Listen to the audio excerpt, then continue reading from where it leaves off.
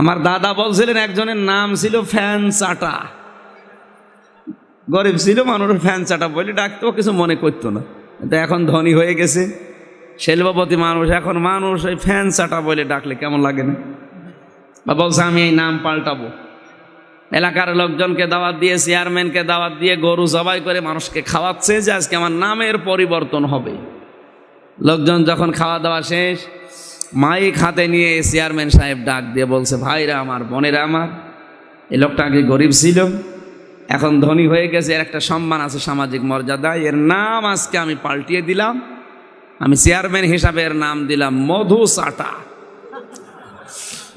লোকটা বলছে, ভাইরা আমার গরু ছাগলও গেল, লোকজনও খেইল, আমার নামেরও পরিবর্তন হইল, কিন্তু নাম থেকে ওই চাটা আটা আর গেল। আগে ছিলাম ফ্যান চাটা, এখন হলাম মধু চাটা।